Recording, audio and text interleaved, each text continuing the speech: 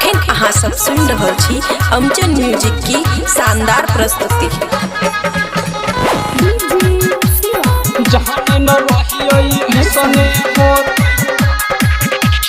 Phone के छौरी बोले लकै सुना हो भैया, फोन के छौरी बोले लकै मकई खेत में। फोन के छौरी बोले लकै मकई खेत में। देखल लकै फलना काका चुमा लेते है गाल में। देखल लकै फलना काका चुमा लेते है गाल में। फोन के छौरी बोले लकै मकई खेत में। फोन के छौरी बोले लकै मकई खेत में।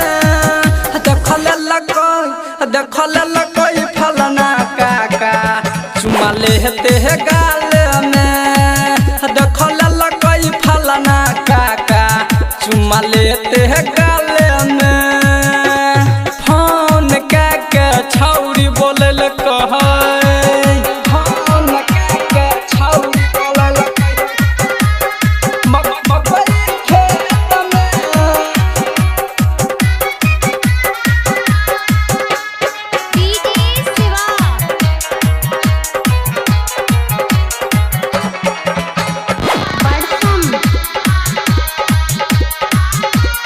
खुशी रिकॉर्डिंग स्टूडियो बलुआहा। डहर लागै छै हमरा जबहु गाँव में बहतै लाठी लाठी महार दुनू घर में खूब हेतै।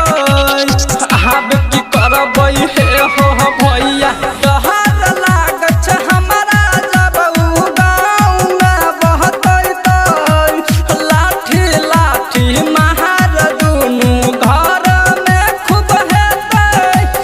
मीठी मीठी बात हमरा फसलकै जहाँ न रहियै ऐसने होत। मीठी मीठी बात हमरा फसलकै छौरी राते में। मीठी मीठी बात हमरा फसलकै छौरी राते में। देखल लकै फलना काका चुमा लेते है गाल में।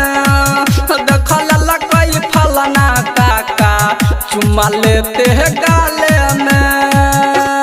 फोन के छौरी बोले लकै, फोन के छौरी बोले लकै जहाँ न रहियै ऐसने होतै।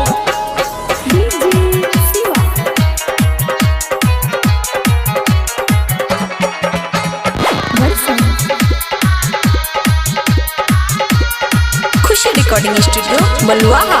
शहर समाज के लोग जान कि हमरा कहतै बबुआ राहुल से हो हमर मुँह देखत हंसतै।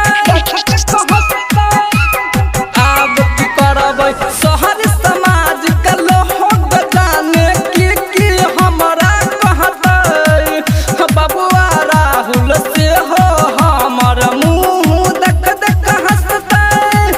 रहतन के कोनो इज्जत रहतै, रहतन के कोनो इज्जत रहतै ई सब होते में। रहतन के कोनो इज्जत रहतै ई सब होते में। देखल लकै फलना काका चुमा लेते है गाल में।